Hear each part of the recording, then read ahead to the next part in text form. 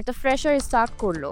এখন একটা সেলস জবে স্টার্ট করলো এবং সেলসের কোনো স্কিলসই নাই। এটা ভিতর থেকে যে স্কিলসগুলো থাকে। এখন সেই ফ্রেশারটা কিভাবে বুঝবে আমার জন্য sales job perfect or finance job perfect or marketing job perfect? You are saying যে when to leave or what to lead in life. So এই যে আন্ডারস্ট্যান্ডিংটা এটা কি সাইন্স আছে যে বুঝতে পারবে একটা মানুষ ওকে this are the signs no it's not for me. It's a great question এবং this is a area যেখানে বাংলাদেশে we are actually lacking behind. আমাদের যে বাচ্চাদের একটা একাডেমি আছে the teenage Yeah. Life skill academy by ডনসন দানি, ওখানে আমরা বাচ্চাদের সাইকোমেট্রিক পার্সোনালিটি টেস্ট নেই, যেটার মাধ্যমে বাচ্চার স্ট্রেংথ এবং উইকনেস এরিয়াগুলো বের হয়ে আসে।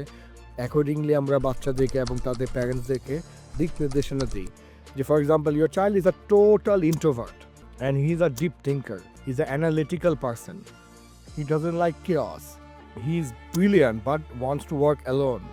তো ওকে তো জোর কইরা সেলস টিমে যাওয়ার দরকার নাই। So that person should become a coder, a software engineer, or a dentist, কথা maybe a lawyer, but lawyer অনেক কথা বলতে হয়।